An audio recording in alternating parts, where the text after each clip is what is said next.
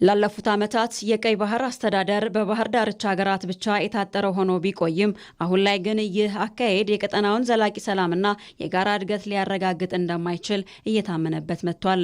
ለዚህም ለጋራ ተጠቃሚነት የተሻለ ትብብር አስፈላጊ መሆኑ አያጠያይቅም። የኢትዮጵያ የባህር በር አልባ መሆን ወሳኝ የሆኑ የኢኮኖሚ እድሎችን እንድታጣ ማድረጉ ብቻ ሳይሆን ቀጠናዊ ሚናዋን እየተፈታተናት ነው ያሉት የኢትዮጵያ ባህር ኃይል ዋና አዛዥ ሬር አድሚራል ክንዱ ገዙ ኢትዮጵያ ጠንካራ የባህር ኃይል በመገንባቷ የባህር ላይ ውንብድናን፣ ህገወጥ የጦር መሳሪያ ዝውውርን፣ ሽብርተኝነትንና መሰል ስጋቶችን ለመዋጋት ከፍተኛ የትብብር አቅም እንደሚሆን አብራርተዋል። ኢትዮጵያ has not only lost out on vital economic opportunities ኢትዮጵያ የባህር በር አልባ መሆኗ ወሳኝ የሆኑ ኢኮኖሚያዊ እድሎችን እንድታጣ ማድረጉ ብቻ ሳይሆን ቀጠናዊ ሚናዋም እንዲቀንስ አድርጓል። ኢትዮጵያ በቀይ ባህር ላይ ታሪካዊ መብትና ስልታዊ ጠቀሜታ አላት። የኢትዮጵያ የባህር በር ፍላጎቷ ከሀገራዊ ግብ በላይ ለቀጠናው ሀገራት የጋራ ጥቅሞች የሚውል ነው። ይህም ከአፍሪካ ህብረት የ2063 አጀንዳ ጋር የሚጣጣም ነው። በተጨማሪም እንደ የባህር ላይ ዘረፋ፣ ሽብርተኝነት፣ መደበኛ ያልሆኑ የስደትና የሰዎች ዝውውር ያሉ የጋራ ደህንነት ስጋቶችን ለመቋቋም የኢትዮጵያን የባህር ላይ ሚና ያጠናክራል። በዛሬው ተለዋዋጭ የጂኦፖለቲካ ሁኔታ በቀጠናዊ ውህደትና በዓለም አቀፍ አጋርነት ላይ የተመሰረተ አካታች የባህር ላይ አስተዳደር እንዲኖር የሚቀርበው ጥሪ እየጨመረ ነው። በዚህም የባህር በር ተደራሽነት፣ ትስስርና የኢኮኖሚ እድገት ወደ ጋራ መረጋጋት እንዲሸጋገሩ ይጠበቃል። የቀይ ባህርና የኤደን ባህረ ሰላጤን ዘላቂ ሰላምና የኢኮኖሚ እድገትን ለማሳለጥ ሁሉንም ሀገራት የሚያሳትፍ የባህር ላይ አስተዳደር መገንባት እንደሚያስፈልግ የገለጹት የውጭ ጉዳይ ኢንስቲትዩት ዋና ዳይሬክተር ጃፋር በድሩ ናቸው።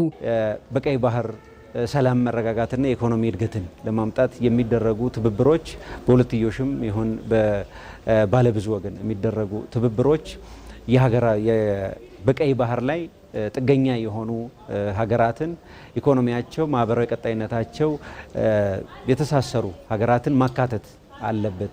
ያ አለማካተቱ በቀይ ባህር መድረክ ውስጥ ሰላም መረጋጋትና ሁሉንም አሳታፊ የሆነ የአስተዳደር ስርዓት የህግ ማዕቀፍ ለማምጣት ያለውን ውስንነት በጉዳዩ ዙሪያ ላይ አካታች የሆነ ገቨርናንስ በጣም ወሳኝ እንደሆነ ከቀጠናው የመጡ ተወካዮች፣ የዘርፉ ምሁራንና ተመራማሪዎች፣ የፖሊሲ አማካሪዎች የጋራ መረዳት የፈጠሩበት ሁኔታ አለ። የኢትዮጵያ የባህር በር ጥያቄ የቅንጦት ሳይሆን የህልውና ጉዳይ መሆኑ የተነሳ ሲሆን በተለይም ለቀጠናው ሰላምና ደህንነት መረጋገጥ ወሳኝ ሚና አለውም ተብሏል።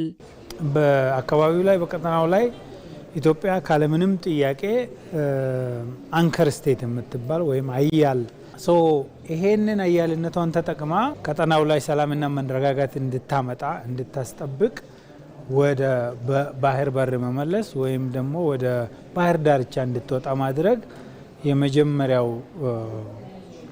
ስቴፕ ይሆናል ማለት ነው እና ለኢትዮጵያ ኦፍ ኮርስ የመነገጃ ባህር በር ይሰጣታል።